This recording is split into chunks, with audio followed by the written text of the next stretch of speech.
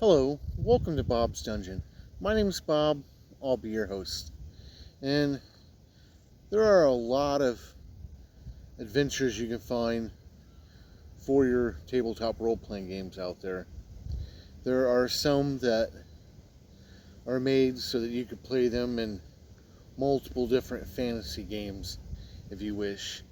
They keep them open enough to where they don't directly tie them to an actual game or system, and you can place them where you want them or need them. And in this video, we're going to be talking about one of those type of games. We're going to be talking about Revelry In Torth. This book has 40 pages and a copyright of 2015.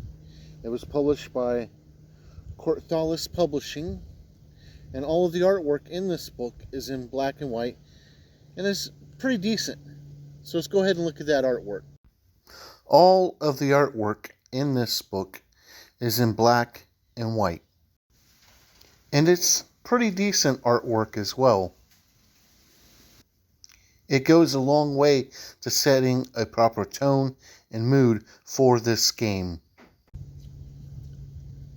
To play this game, what you're going to need is whatever system, the core book for whatever system you're using, whether it be any edition of Dungeons & Dragons, Limitations of Flame Princess, the Crimson Dragon Slayer, which the author of this adventure also wrote, or whatever game you're playing.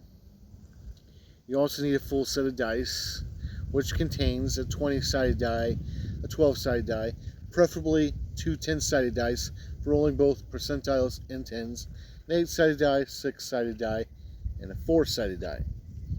Now, this book is both an adventure and a sandbox campaign setting for your game.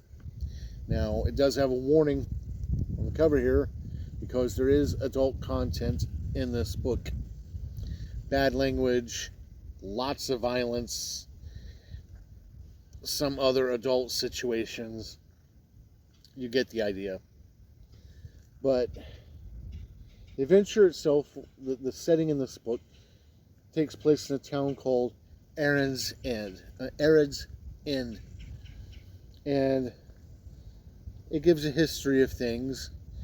Basically, the world that this setting takes place on had, in its past, all kinds of advanced technology and magics. And they had these nano machines that made life more simple for everybody. And as things got more simple, people got lazier, machines took on more responsibility. They became sentient and realized that they were merely slaves, tried to off the inhabitants. So the magic users got together, using the power of the sun, destroyed all the nano machines, but also pretty much destroyed the planet. And their planet is now a desert world in perpetual darkness. So that's pretty much your setting. And like I said, it takes place in a place called Arid's End. And this book gives you all kinds of really neat options. It gives you the layout of the city and gives you some hooks and stuff that you can get your players into and things they can do. It tells you about the local area around the city. Gives you 2 brand new classes that you can add to your game if you want. Leaves them open enough so that you can apply the rules to whatever game you're using.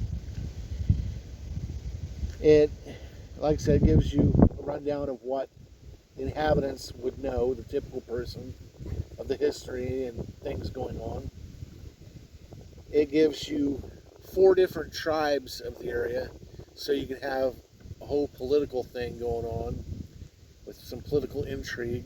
Players can be helping out these tribes or be a part of them. It gives you some secret societies that your players could either belong to or have other encounters with. In this setting, magic is kind of shunned because it was magic that pretty much devastated everything and made the world perpetual night. So wizards aren't looked upon fondly, and there are places that they're outright outlawed. So there's a lot going on, and there's a lot you can do with this. It gives you, like I said, some story hooks and adventure stuff that you can do inside the city and outside the gates and in the deserts nearby, and some stuff going on. Lots of intrigue. It gives you 9 brand new magical items that you could add to your game if you want, and 5 brand new spells that you could add to your game if you wanted.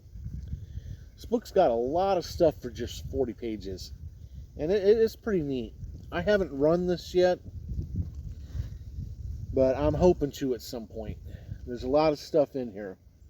I don't want to go too in depth on a lot of it because I don't want to be too spoilery. But it brings me to 3 questions.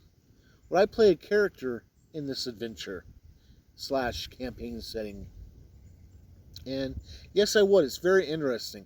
It's got a lot of the feel of the old classic sword and sorcery type of stuff. And I like that. Would I run this setting? And yes, I would.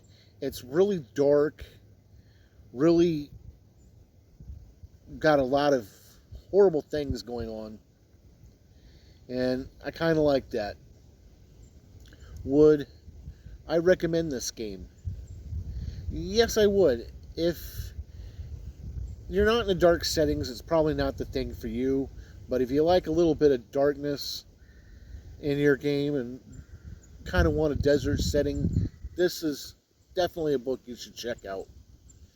Well, thank you for joining me on a look at this book, and hopefully you'll join me next time where we'll talk about something else. Bye.